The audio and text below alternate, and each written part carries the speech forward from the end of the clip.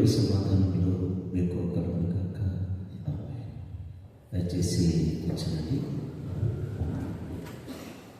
తరలించుకుని ప్రార్థన చేసుకుందాం. మా శ్రీకర్మ మహిమోచకుడా, నన్నటి మాటలు మందరి హృదయ ధ్యానము మీ దృష్టికి అంగీకారంగా చేసుకుని మహిమ పొందమని యేసుక్రీస్తు పరిశుద్ధ నామమున బహుమతిగా వేడుకొంచున్నాం తండ్రి. ఆమేన్.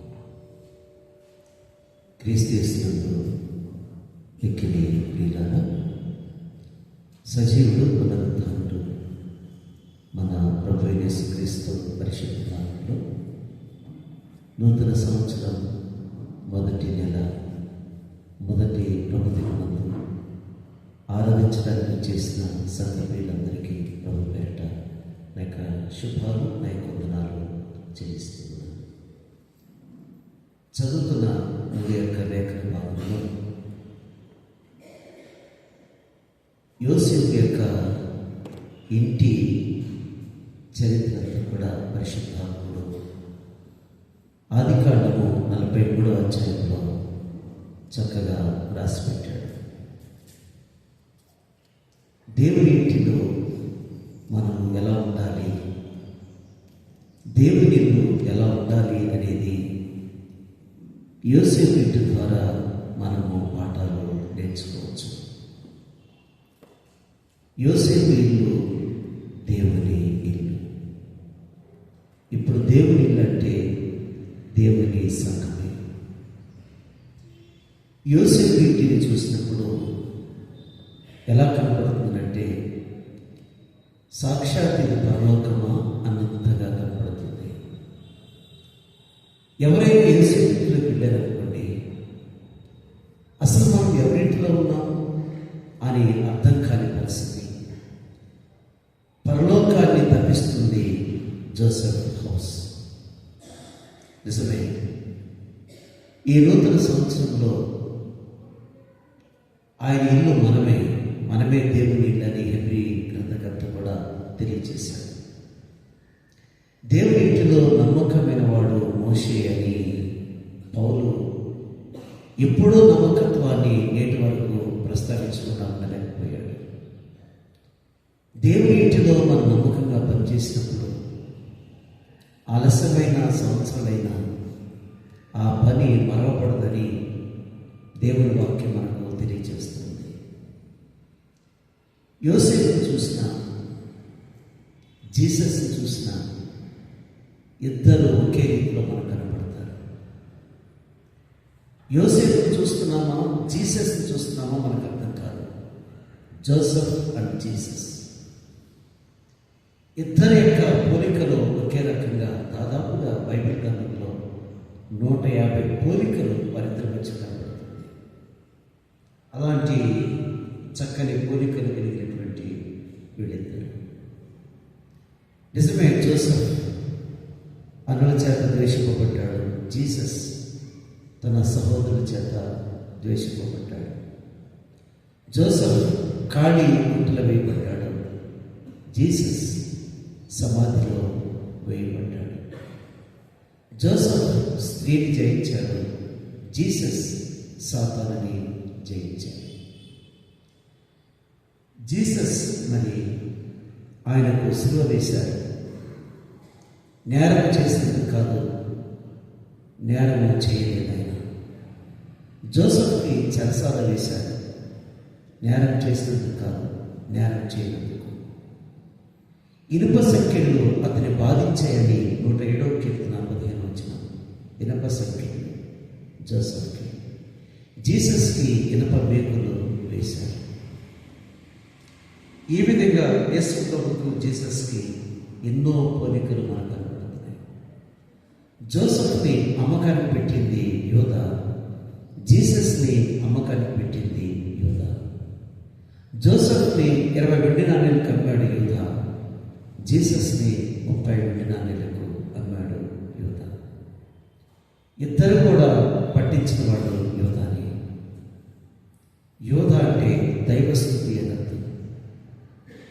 మంచి పేరును పాడు చేశారు.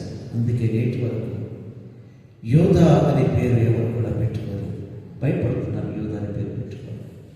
ఎందుకంటే మంచి పేరు యోధాలు పాడు చేశారు కాబట్టి ఆ పేరు పెట్టుకోవడానికి ఎవరు కూడా తెగించడం లేదు.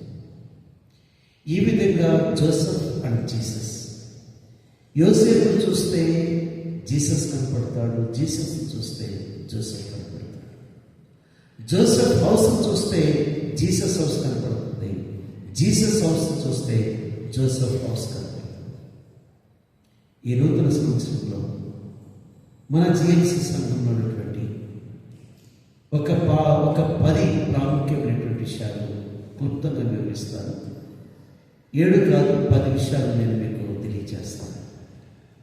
ఈ సంవత్సరం మన సంఘం ఎలా ఉంటే దీవించబడుతుంది, ఎలా ఉంటే మన సంఘం అభివృద్ధి పరచబడుతుందో ఒక 10 విషయాలు, కొన్ని ప్రాముఖ్య విషయాలు మనము ఆలోచన చేస్తున్నాం.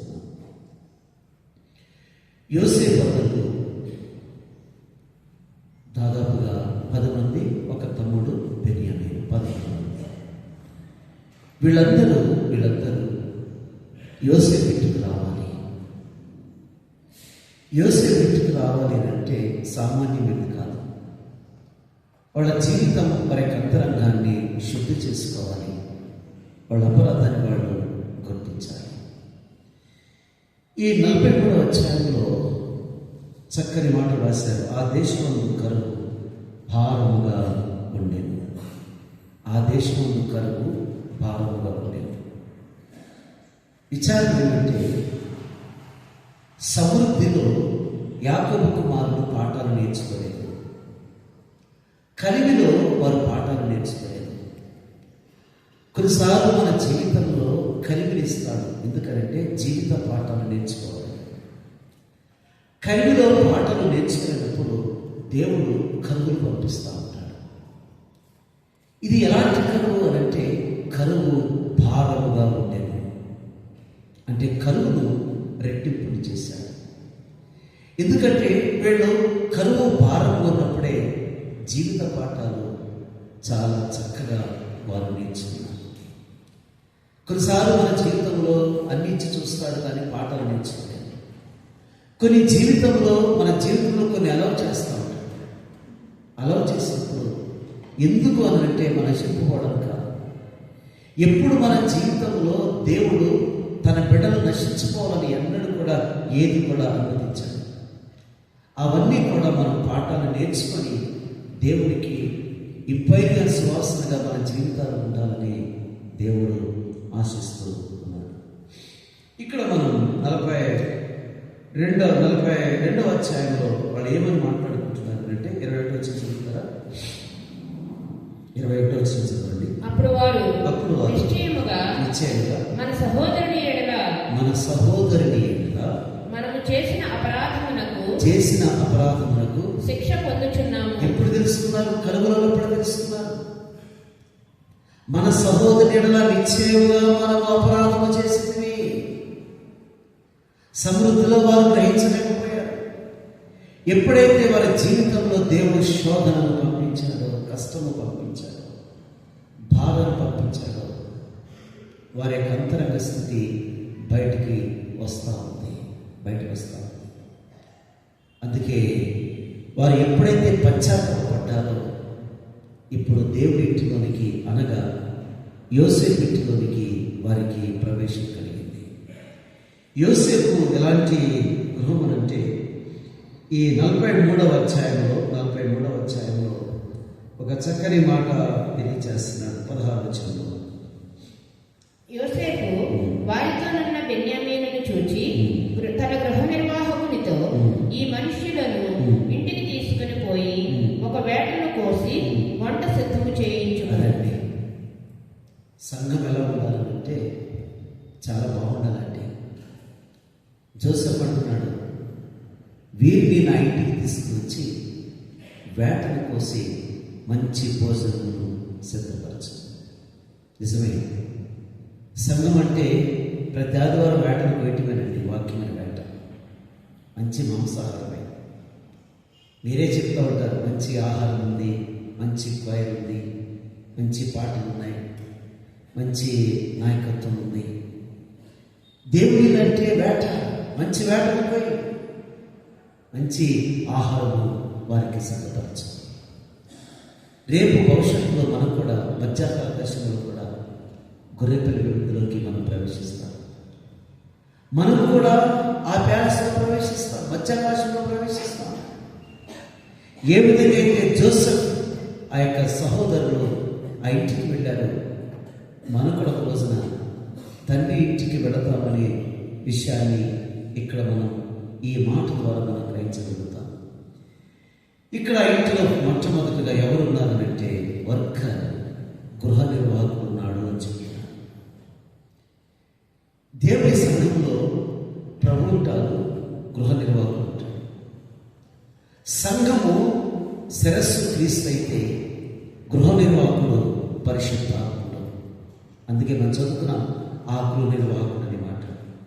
19వ వచనంలో కూడా ఉంటున్నాడు, యోసేపు గృహ నిర్వాహకుని ఎద్దకు వచ్చి సంఘం ఎలా ఉండాలంటే, సంఘం పరిశుద్ధాత్మ నాయకత్వంలో జరగాలండి. సంఘాన్ని అంతా కూడా ఎవరి ఆధిపత్యంలో ఉండాలి అంటే వర్కర్ ఉండాలి, పరిశుద్ధాత్ముడే సంఘాన్ని నడిపించేవాడు ఉండాలి. పాటలు నడిపించేవాడు పరిశుద్ధాత్ముడు, బోధించేవాడు పరిశుద్ధాత్ముడు, చక్కగా ప్రతి కార్యక్రమాన్ని నిర్వహించేవాడు పరిశుద్ధాత్ముడు. సంఘంలో స్పెషల్ పర్సన్ ఎవరనంటే, సంఘంలో స్పెషల్ పర్సన్ ఒక పాస్టర్ కాదు, ఒక ఎల్డర్ కాదు. సంఘంలో స్పెషల్ పర్సన్ పరిశుద్ధాత్ముడే. సంఘమంతా కూడా పరిశుద్ధాత్మ నాయకత్వంలోనే ఉండాలి. సంఘంకి వచ్చారంటే, ఎవరైనా కొత్త వారు సంఘంకి వచ్చారనంటే, సంఘమంతా కూడా దేవుని నాయకత్వం క్రింద, పరిశుద్ధాత్మని నాయకత్వం క్రింద సంఘం నడుస్తుందని ఇతరులు అర్థం చేసుకునే రీతిలో ఆ వర్కర్ కింద సంఘం ఉండాలి. సంఘం ఎప్పుడు కూడా పరిశుద్ధాత్మ నాయకత్వంలోనే జరగాలి, పరిశుద్ధాత్మ నాయకత్వంలోనే ప్రతి కార్యక్రమం జరగాలి. అప్పుడే ఆ సంఘం ఎంతో దీవించబడుతుంది. కాబట్టి సంఘంలో వర్కర్ ఉండాలి. మెయిన్ ప్రాముఖ్యమైన వ్యక్తి హోలీ స్పిరిట్, పరిశుద్ధాత్మ. ఆయన నడిపిస్తాడు, ఆయన బోధిస్తాడు, ఆయన సత్యాన్ని వివరిస్తాడు, ఆయనే మనకు సహాయం చేస్తాడు. మన సంఘం వర్కర్ ఉండాలి, పరిశుద్ధాత్ముడు. రెండవది వెల్కమ్ ఉండాలి. వెల్కమ్. యోసేపు ఇంటిలోకి ఆహ్వానం ఉంది. రండి రండి, వెల్కమ్ చేస్తున్నాడు. ప్రతి సంఘంలో వెల్కమ్ ఉండాలి, వెల్కమ్ ఉండాలి, ఆహ్వానం పలకాలి. మొట్టమొదటిగా రండి అనే మాట ఎక్కడ కనపడుతుందంటే నోవాహు కుటుంబంలో కనపడుతుంది. రండి, వాడలోనికి ప్రవేశించండి. రండి, మన వివాదంలో తీర్చుకున్నాం.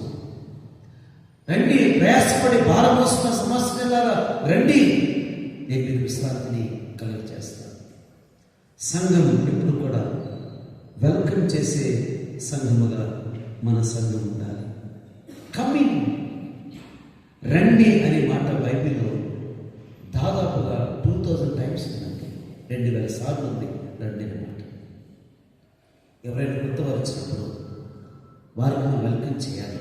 రండి సార్, రండి, కూర్చోండి, ముందు కూర్చోండి, రండి కూర్చోండి అని చెప్పాలి. కనీసం మనకు మార్నింగ్ వీలు కాకపోయినా సాయంకాలం అక్కడైనా ఎప్పుడు కూడా మన ఎల్డర్స్ గారిని, కొత్త వారిని పలకరించి రండి, మా సంఘానికి రండి, వెల్కమ్ చేయాలి. ఆ ఇంటిలో ఆహ్వానం ఉంది. యోసేపు ప్రధానమంత్రి, ప్రపంచాన్ని పోషించేవాడు ఆయనే, ప్రపంచానికి సంరక్షకుడు ఆయనే. మన ద్వారా సంఘం నుంచి ఎవరు బయటకు వెళ్ళిపోకూడదండి. మన ద్వారా ఎవరు బయటకు వెళ్ళిపోకూడదు. సంఘం ఇప్పుడు కూడా ఆహ్వానించే సంఘం కూడా వారు ఎలాంటి వారు మన సంఘం వెల్కమ్ చేయాలి. అది సంఘంలో ఉండవలసినటువంటి రెండవ అంశం, వెల్కమ్, ఆహ్వానం. మూడవది యోసేపు ఇంటిలో వండర్ ఉంది. వండర్. ఆశ్చర్యపోతున్నారు, మీరు చదువుకుంటే తెలుస్తుంది. ఆశ్చర్యపోతున్నారు, మనమేంటి ఈ ప్యాలెస్లో ఉండబెట్టి, మనమేంటి మనకి భాగ్యం ఏంటి, మనకేంటి, మనకి స్థితి ఏంటి? వండర్, ఆశ్చర్యం కలుగుతాం. ప్రతి సంఘం వచ్చిన ప్రతి వారు కూడా ఎంత చక్కగా ఉంది, పాటలు ఎంత బాగున్నాయి, వాక్యం ఎంత బాగుంది, నడిపింపు ఎంత బాగుంది, ఎంత డిసిప్లిన్ ఉంది, వండర్, ఆశ్చర్యపోతున్నారు. నిజమే, ప్రతి వారు కూడా సంఘానికి వచ్చినప్పుడు వండర్. ఈ ప్రపంచంలో వండర్ ఎక్కడ లేదు, ఆయన సంఘంలోనే వండర్ ఉందనే విషయాన్ని జ్ఞాపకం చేస్తున్నాడు. ఇక్కడ చూద్దాం, పరిశుద్ధాత్మ దేవుడు ఎలా కూర్చోబెట్టాడు మనుషులంటే 33వ వచనం. జ్యేష్ఠుడు మొదలుకొని కనిష్ఠుని వరకు వారు అతని ఎదుట తమ తమ ఈడు చొప్పున కూర్చుండిరి. చాలా సంఘంలో ఎలా కూర్చున్నారంటే జ్యేష్ఠుడు మొదలుకొని కనిష్ఠుల వరకు తమ ఈడుల చొప్పున కూర్చున్నారు. సంఘంలోకి వచ్చారనుకోండి, స్త్రీల విభాగం ఎంత బాగుంది, సన్యాసుల బిడ్డలు ఎంత చక్కగా కూర్చున్నారు, యూత్ ఎలా కూర్చున్నారు, ఎల్డర్స్ ఎలా కూర్చున్నారు, తమ తమ ఈడుల చొప్పున కూర్చున్నారు. ఎంత వండారు. ఒక పక్కన యూత్ యూత్ మీకు ఎంత బాగుంది, ఎంత బాగా కూర్చున్నారు. క్వైర్ టీమ్ కూర్చున్నారు, ఎంత బాగుంది. ఎల్డర్స్ ప్రక్కన కూర్చున్నారు, ఎంత బాగుంది. కాంగ్రిగేషన్ కూర్చున్నారు, ఎంత బాగుంది, ఎంత వండారు. కూర్చోవడంలో కూడా పరిశుద్ధాత్ముడు చాలా చక్కగా రాశారు. తమ ఈడుల చొప్పున. అప్పుడు ఈడంటే కనిష్ఠుడు, జ్యేష్ఠుడు పెద్దవాడండి. అంటే మొదటి లైన్లో ఎవరు కూర్చోబెట్టాడు? వయసులో పెద్దవాళ్ళు కూర్చోబెట్టాడు. ఇప్పుడు మన వయసులో పెద్దవాళ్ళందరూ వెనకెళ్ళిపోతున్నారు. ఏమంటే యంగ్స్టర్స్ అందరూ ముందుకు వచ్చేసారు. ముందు వయసులో పెద్దవాళ్ళు ముందు కూర్చోవాలి, తర్వాత మిడిల్ ఏజ్, తర్వాత అట్లా సిస్టమ్ పెట్టారు. వండర్. ఎవరైనా వచ్చారంటే అబ్బాయి కూర్చున్న విధానం ఏంటి? ఆ 12 గోత్రాలు మనసుల ఎదుట దిగినప్పుడు ఒక్కొక్క గోత్రము ఒక్కొక్క డైరెక్షన్ కూర్చోవాలి. 12 గోత్రాలు ఒక్కొక్క డైరెక్షన్ వచ్చినప్పుడు అసలు అందరూ చూసినప్పుడు ఏంటి ఆశ్చర్యపోయారు. అందరూ కూడా భయపడ్డారు ఆ కూర్చునే విధానం. నిజమే, సంఘం ఎప్పుడు కూడా వండర్స్ ఉండాలి. వండర్ ఎంత బాగుంది, ఎంత చక్కగా ఉంది, ఎంత అద్భుతంగా ఉంది అనే మాటలు తెలియచేసుకోవాలి. అందుకే యెహోవా నీ నివాసం ఎంత రమ్యం. ఈ లోకంలో ఏది రమ్యమైందంటే ఆయన సంఘమే రమ్యమైనది. ఆయన సంఘం చూసారా ఎంత రమ్యంగా ఉందో అంటున్నాడు. అంత మాత్రమే కాదు, నీ మందిరం ముందు నివసించే వారందరూ కూడా ధన్యులని వాక్య సాగిస్తారు. దేవుడితో అన్నారు, యెహోవా మందిరంలోకి వెళుదామని జనులు నాతో విన్నప్పుడు నేను బహుగా సంతోషించింది. జనులు నాతో మందిరంలోకి వెళుదామని చెప్పినప్పుడు ఏంటి? ఆ మందిరంలో వండర్ ఉంది. ఈ ప్రపంచంలో వండర్స్ కలిగిన స్థలం ఒకటే ఆయన సన్నిధి మాత్రమే. ఆయన సన్నిధి మాత్రమే. 122వ కీర్తన 7వ వచనంలో నీ ప్రాకారములలో నెమ్మది ఉన్నదంటున్నాడు. తన ప్రాకారంలో నెమ్మది ఉన్నదని దేవుడు చెప్పడం లేదు. ఆయన సన్నిధిలో, ఆయన ప్రాకారంలో నెమ్మది ఉన్నది. నీ నగరులలో క్షేమం ఉన్నది అంటున్నాడు. నిజమే, నెమ్మది కలిగిన స్థలం, క్షేమం కలిగిన స్థలం దేవుడు. ఒక మాట చెప్తాను. యేసు ప్రభు పుట్టినప్పుడు దేవదూతలు పాట పాడినప్పుడు సమాధానం అని పాట పాడారు. భూమి మీద కనిపిస్తున్న వారికి సమాధానం. ఆయన పుట్టినప్పుడు సమాధానం అని పాట పాడారు. ఆయన చనిపోయి పునరుద్ధరణైన తర్వాత తన శిష్యులతో చూసినప్పుడు 3 సార్లు చెప్పాడు, మీకు సమాధానం కలుగుతుందని. వండర్. సంఘంలో వండర్ ఉండాలి, క్షేమం కలగాలి, సమాధానం కలగాలి, సంతోషం కలగాలి, ఆశ్చర్యం కలగాలి. అలాంటి వండర్గా మన సంఘం ఉన్నప్పుడే వచ్చిన వాళ్ళందరూ కూడా ఆశ్చర్యపోతూ వారి గృహాలు పెడతారు. తర్వాత సంఘంలో ఏముండాలి? 4వది 24వ వచనం అంటున్నాడు, ఆ మనుషులు వారిని యోసేపు దగ్గరికి తీసుకుని వచ్చే వారికి నీళ్ళగా వాటర్ ఉంది. ఆ ఇంటిలో వాటర్ ఉంది, సంఘంలో వాటర్ ఉంది. వాటర్ అంటే నీళ్ళు. ఎందుకు నీళ్ళు ఇచ్చాడంటే కాళ్ళు కడుక్కోవడానికి. సంఘంలో ప్రతి వారు కూడా పరిశుద్ధపరచుకోవాలి. మనం చదువుకున్న స్వార్థ పాఠంలో యేసు ప్రభువారు అందరికీ కూడా పాదశుద్ధి చేస్తా ఉన్నాడు. పీటర్ అన్నాడు, సారీ ప్రభువా, నా కాళ్ళు కడగకూడదు. పీటర్, నీ కాళ్ళు కడిగితేనే నాతో పాటు నీకు పాలు. ఒకవేళ నీకు పాలు కావాలంటే ఖచ్చితంగా నీ కాళ్ళను కడగాల్సిందే. నువ్వు కడుక్కపోతే పీటర్ నువ్వు పస్కను ఆచరించలేవు.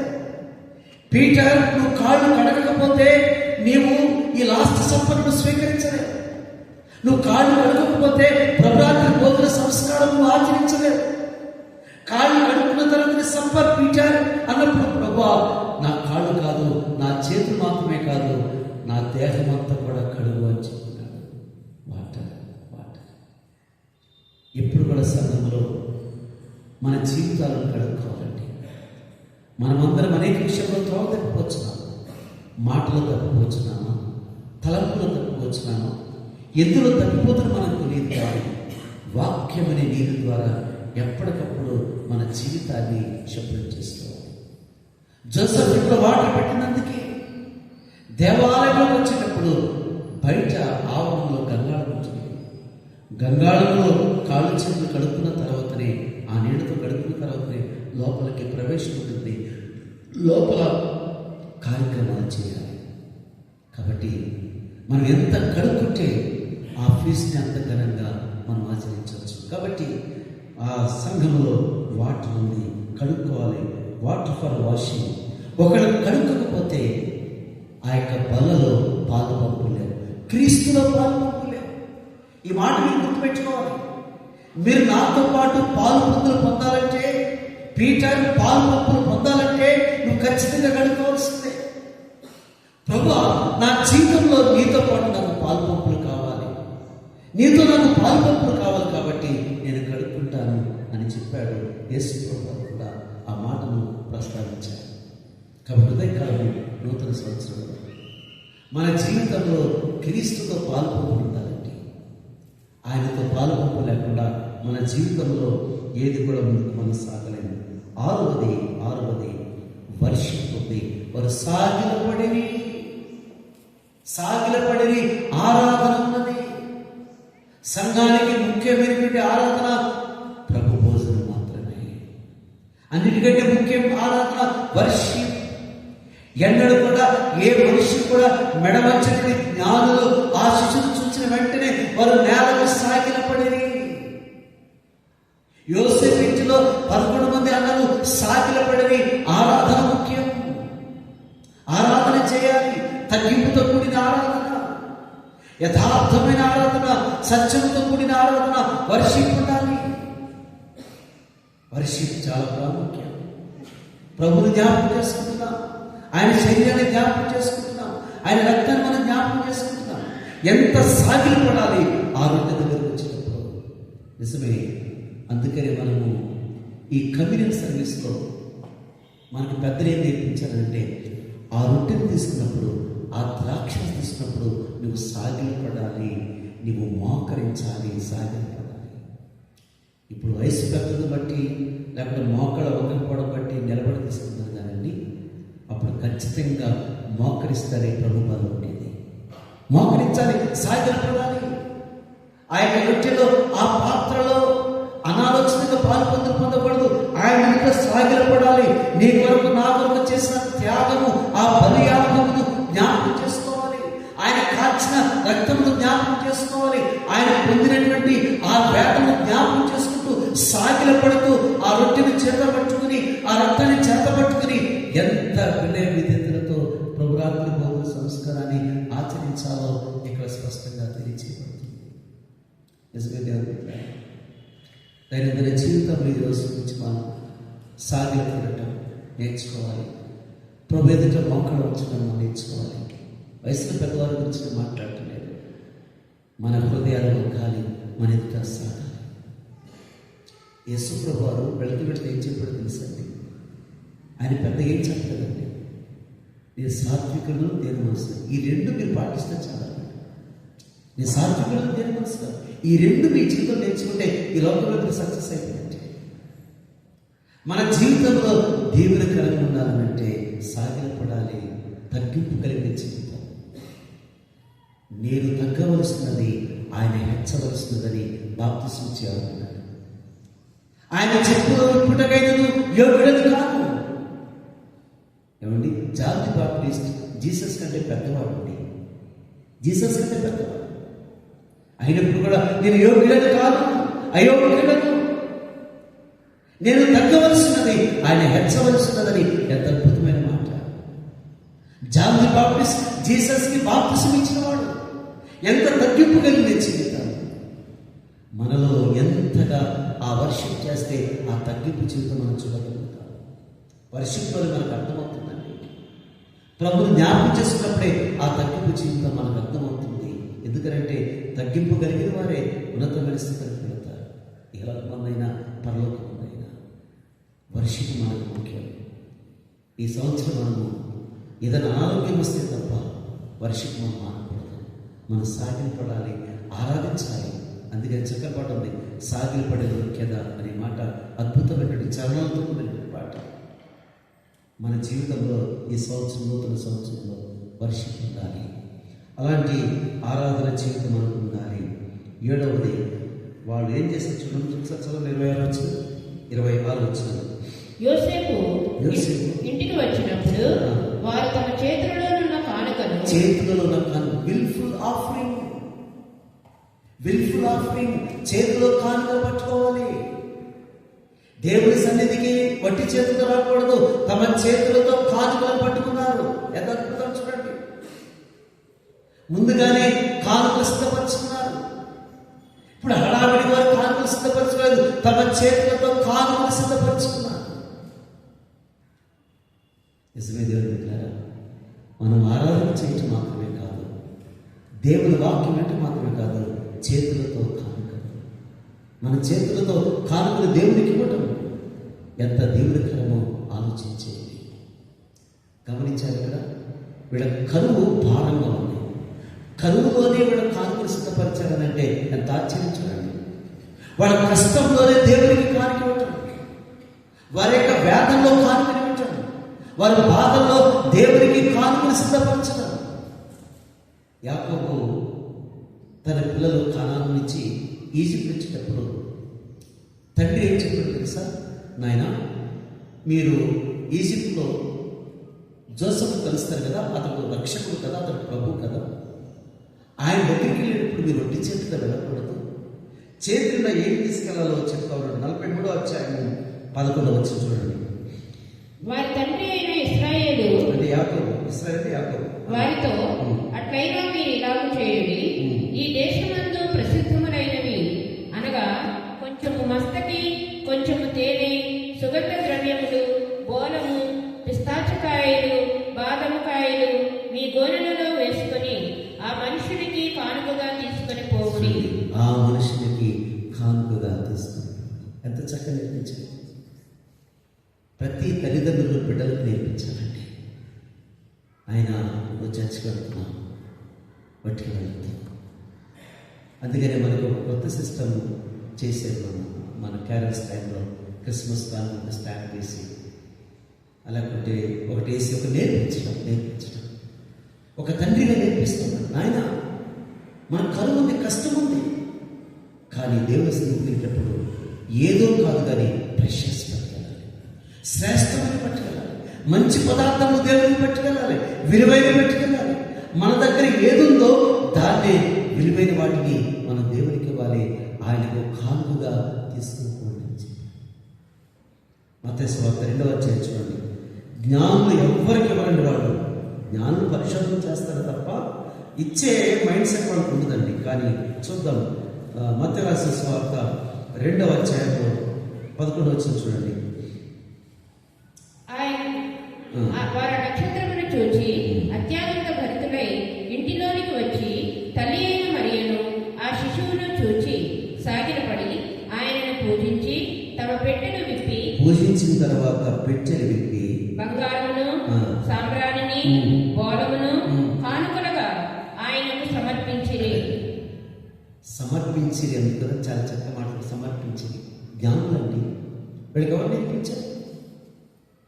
మనం అనుకోవచ్చు, చాలామంది ఏమన్నారు తెలుసా అండి, దేవుడే ధనవంతుడు అండి, ఆయనకి డబ్బు కావాలి. మరి యోసేపు ధనవంతుడు కదా, ప్రపంచాన్ని పోషిస్తాడు కదా, అలాంటి వాడికి కానుక తీసుకోవాలి నూనె అని చెప్పాడా జోసెఫ్? చెప్పలేదు. గుర్తుపెట్టుకోండి, చందా అంటే తిరిగి రాలేదు. చాలామంది తిరిగిక చందా పట్టండి, చందా పట్టండి. చందా అంటే గణేష్ చందా, తిరిగి రాలేదు. కానుకంటే తిరిగి వచ్చేది, కానుకంటే తిరిగి వచ్చేది. నీవెంత కానుకేస్తావో తిరిగి నీకు ఇవ్వడం కోసం. దేవుడు బిడ్డారు, దేవునికి ఇచ్చే నష్టపోయినది నేటి వరకు 2020 సంవత్సరాలైన ఒక్క ఫ్యామిలీ కూడా నష్టపోలేదు. దేవునికి ఇవ్వకుండా బాగుపడని కుటుంబాలు కూడా లేవు. దేవునికి ఇవ్వండి, అది మీకు ఇవ్వండి. విల్ఫుల్ ఆఫరింగ్, ప్రెషియస్, ప్రశస్తమైనవి, శ్రేష్టమైనవి, విలువైనవి దేవునికి తీస్తారు. కాబట్టి మీ చేత కానుకలు పట్టుకుని దేవుని సన్నిధికి వెళ్ళండి. ఎవరు దేవుని సన్నిధిలో వట్టి చేతులతో కనపడకూడదని వాక్యం సెలవిస్తా ఉంది. నిజమే, మిమ్మల్ని అప్రిషియేట్ చేయాలి.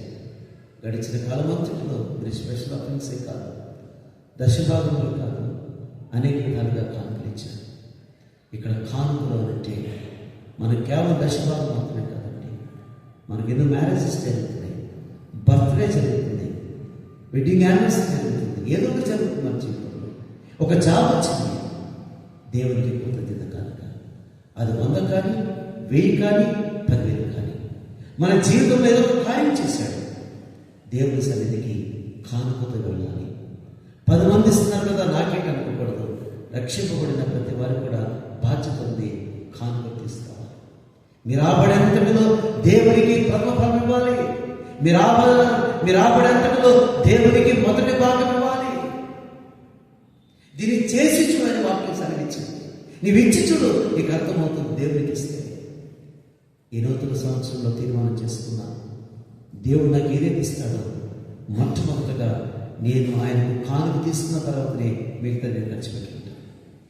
నా రాబడిలో మొట్టమొదటిగా దేవునికి ప్రక్కన పెడతాను, దేవునికి తీసుకున్న తర్వాతనే నెక్స్ట్ నేను వర్క్ చేసుకుంటాను. కాబట్టి ఇక్కడ కానుకలు తీసుకొచ్చారు. విల్ఫుల్ ఆఫరింగ్, హృదయపూర్వకంగా మన దేవునికి కానుకలు ఇవ్వాలి. నీ రాబడిలో ఇవ్వాలి. ప్రతి పరిస్థితిలో, ప్రతి సందర్భంలో ప్రతి వాడు కూడా తమ చేతులతో కానుక పట్టుకోవాలి. అంతేకాదు, తమ చేతులతో కానుకలు పట్టుకున్నారు. ఆనాడు గొప్ప జ్ఞానులు చేతులతో కానుకలు పట్టుకున్నారు. మరి యేసు ప్రభు స్వీకరిస్తాడా? ఆయనకేం వస్తుందంటే ఆయన స్వీకరించాడు. ఇక్కడ జోసెఫ్ కూడా కానుకలు స్వీకరించాడు. విల్ఫుల్ ఆఫరింగ్ ఎందుకు స్వీకరించాడనంటే ఆయన ధనవంతుడు, ఆయన ఐశ్వర్యవంతుడు, కానీ నిన్ను దీవించడానికి, నిన్ను భాగ్యవంతుడిగా చేయడానికి, నిన్ను గొప్పవాడిగా చేయడానికి దేవుడు నిన్ను అడుగుతున్న విషయాన్ని జ్ఞాపకం చేసుకున్నాను. తర్వాత 8వది వెల్ఫేర్ ఉంది. 27 వచ్చి చదవండి. వెల్ఫేర్ ఉంది 27 వచ్చిన. అప్పుడు మీరు చెప్పిన ముసలివాడైన మీ తండ్రి క్షేమముగా ఉన్నాడా, అతడు ఇంకా బ్రతికి ఉన్నాడా అని వారి క్షేమ సమాచారం అడిగినందుకు వారు, నీ దాసుడైన మా తండ్రి ఇంకా బ్రతికి ఉన్నాడు, క్షేమముగా ఉన్నాడని చెప్పి వంగి సాగిలపడిరి. అప్పుడు అతడు కన్నులెత్తి తన తల్లి కుమారుడును తన తమ్ముడు అయిన బెన్యామీనును చూచి, మీరు నాతో చెప్పిన మీ తమ్ముడు ఇతడేనా అని అడిగి. ఇక్కడ చూడండి, వెల్ఫేర్ ఉంది అంటే వృద్ధుడైనటువంటి యాకోబుని అడుగుతున్నాడు. వృద్ధుడు క్షేమంగా ఉన్నాడా అని అడుగుతున్నాడు. అందరికంటే లాస్ట్ బెన్యామీను క్షేమంగా ఉన్నాడా అని అడుగుతున్నాడు. అంటే సంఘము ఇతరుల క్షేమాన్ని పట్టించుకునే సంఘం ఉండాలి. యోసేపు ఇల్లు అందరి క్షేమాలను పట్టించుకుంటున్నాడు. మన సంఘం కూడా ఇతరుల క్షేమాన్ని పట్టించుకోవాలి. వృద్ధుడైనటువంటి యాకోబు అడుగుతున్నాడు, క్షేమంగా ఉన్నాడా? అందరికంటే లాస్ట్ వ్యక్తి బెన్యామీను క్షేమంగా ఉన్నాడా? ఎప్పుడైనా కూడా మనం ఎవరైనా మాట్లాడుకోండి, నన్ను పట్టించుకుంటారండి, సంఘానికి వెళ్తాను కాదు. మన సంఘంలో ఏంటి ఈరోజు వృద్ధులైన వారు రాలేదు, లాస్ట్ వచ్చిన వాడు ఎందుకు రాలేదు అని మనం అయిపోయిందని ఫోన్ చేసి అనుకోండి, అరే పాస్టర్ గారు ఎల్డర్స్ మనం పట్టించుకున్నారు, మేము రాలేదని పట్టించుకున్నాం వాళ్ళు. ఎప్పుడైనా మనం పట్టించుకున్నామా? రాలేకపోయిన వారిని క్షేమంగా ఉన్నావా, ఎందుకు రావట్లేదు, కారణం ఏంటి అని మనం పట్టించుకుంటున్నాము. యోసేపు ఇల్లు ప్రధానమంత్రి అయినా కానీ పట్టించుకుంటున్నాడు. పెద్దవాడు మొదలుకొని చిన్నవాళ్ళ వరకు క్షేమంగా ఉన్నారు. మన సంఘం ఎప్పుడైతే పట్టించుకున్నారో ఖచ్చితంగా వాళ్ళు తప్పకుండా గుడికి వస్తారు. వీళ్ళు ఇంతమంది ఇంతమంది వచ్చినప్పుడు కూడా మేము రాలేదని వాళ్ళు పట్టించుకుంటున్నారు. Sunday school teachers Sunday school బిడ్డలు పట్టించుకోవాలి. ఎల్డర్స్ కాంగ్రిగేషన్ పట్టించుకోవాలి. పట్టించుకుని ఫోన్ చేయాలి. ఏ రోజు ఫోన్ చేయాలి అదే రోజు ఫోన్ చేశారు. అప్పుడు మమ్మల్ని ఎంతగా పట్టించుకుంటున్నారు. ఈ ఇంటిలో వెల్ఫేర్ ఉంది. ఇంటిలో అందరినీ పట్టించుకునే వారు ఉన్నారు.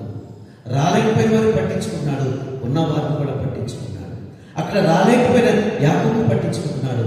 అక్కడ వచ్చిన చిన్నవాడైనటువంటి బెన్యామీని కూడా పట్టించుకుంటున్నాడు. సంఘంలో వెల్ఫేర్ ఉండాలనే విషయాన్ని జ్ఞాపకం చేసుకోవాలి. నిజమే కదా బిడ్డలారా? చిన్న బిడ్డలను ఎలా చూడాలో చాలా చక్కగా రాస్తూ వచ్చాడు. చూద్దామండి ఇక్కడ చిన్నపిల్లలు ఎలా పట్టించుకున్నాడు. 34 చూడండి. మరియు అతడు తన ఎదుట నుండి వారికి వంతులెత్తి పంపెను. బెన్యామీను వంతు వారందరి వంతుల కంటే 5 గొప్పది. వారు విందు ఆరగించి అతనితో కలిసి సంతుష్టిగా త్రాగిరి. యోసేపు ఎట్లా ఎలా ఉన్నాడంటే పెద్దలందరికీ భోజనం పెట్టారండి. పెద్దలందరికీ భోజనం పెట్టారు. అందరికంటే లాస్ట్ చిన్నవాడు బెన్యామీనికి ఎన్ని వంతులు ఇచ్చాడు? ఏమో ఎన్ని వంతులు ఇచ్చాడు? 5 వంతులు ఇచ్చాడు కదా.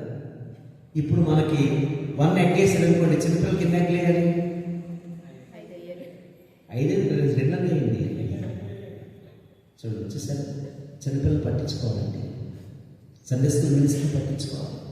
ఇక్కడ చూడండి, ఇక్కడ పెద్దవాళ్ళకి పొద్దున చొప్పున ఎంత తింటాడు ఇచ్చారు, కానీ అందరికంటే లాస్ట్ 5 వంతులు పెట్టండి అన్నాడు. చిన్నపిల్లలు పట్టించుకోవాలి.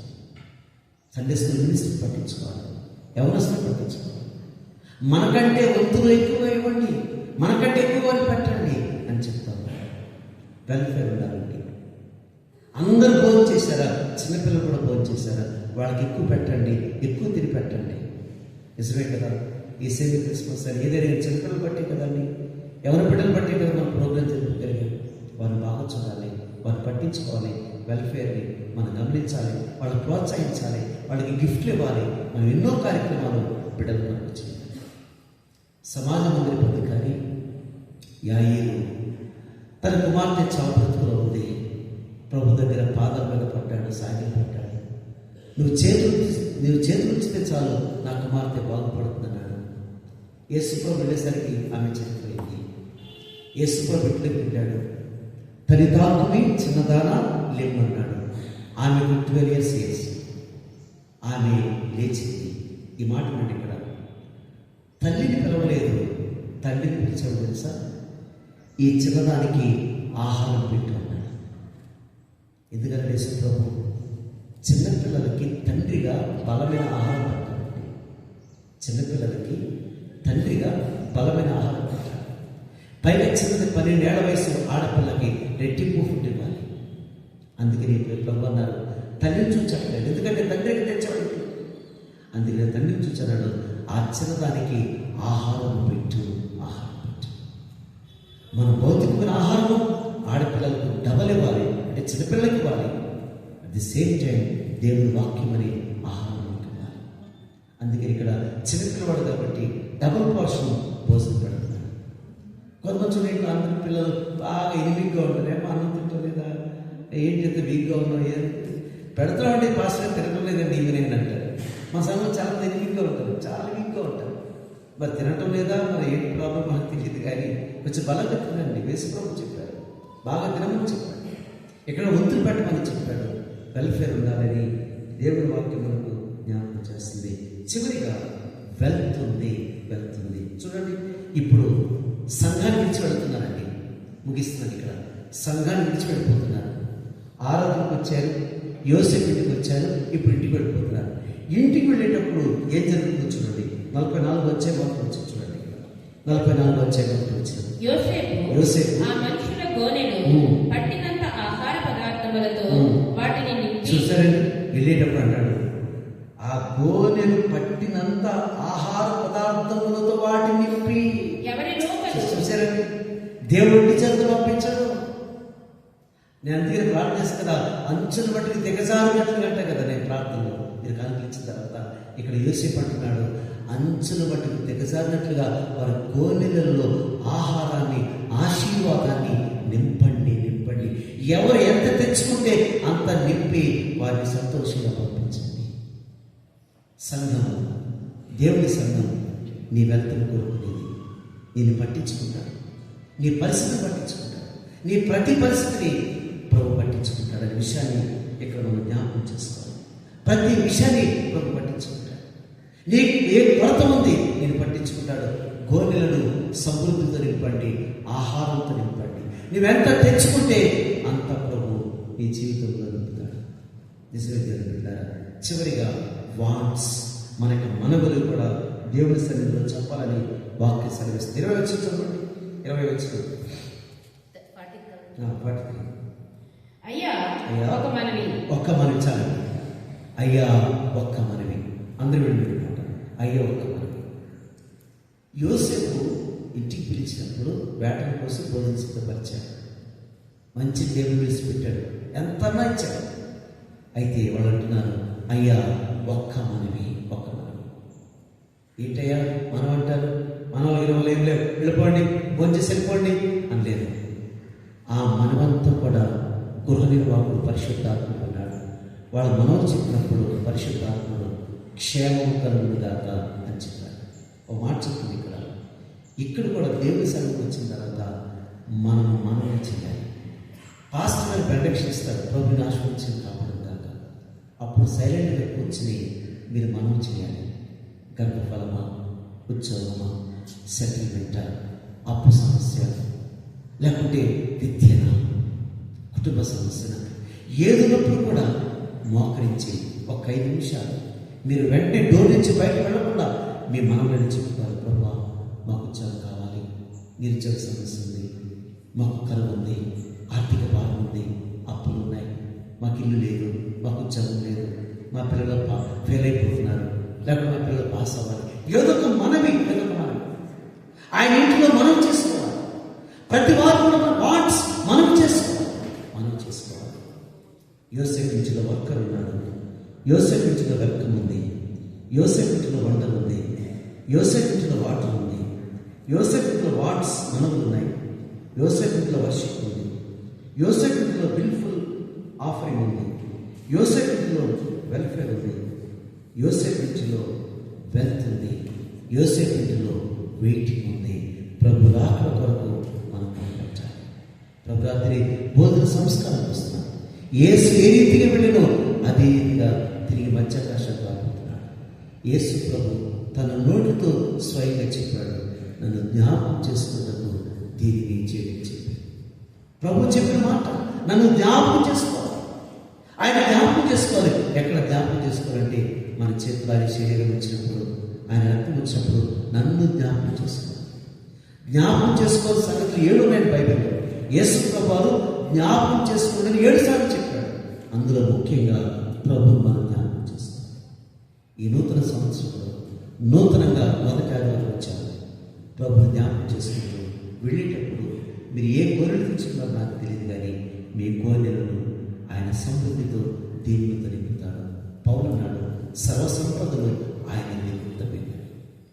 ప్రభు ఎంత గొప్పవాడనంటే ఆయన సమస్తానికి ఆధారపడుతుడు. సమస్తము ఆయనవే, సమస్తమంతా కూడా ఆయనదే. బుద్ధి, జ్ఞానములు, సర్వసంపదలు ఆయన నిమిత్తమైనవి. నేను వట్టి చేతులతో, రిక్తహస్తలతో, వేదనతో, కన్నీటితో ప్రభు నేను సాగిపోవడం కాదు, నిన్ను దేవుడు దీవించి పంపిస్తాడు. ఆ ప్రభుకి నీ జీవితం ఇద్దాం. మన యొక్క జీవితాన్ని సజీవంగా ఆయన అర్పించుకుని ఆయన మహిమపడతాం. పరిశుద్ధ దేవుడు అట్టిని బట్టి సహాయము ఉదయకాలం ముందు మనందరికీ సమృద్ధిగా అనుగ్రహించుగా. సమస్త జ్ఞానంలోకి మించిన మన తండ్రి సమాధానం యేసుక్రీస్తు వల్ల మీ హృదయములకు మీ బలములకు కావాలి ఉండగాక.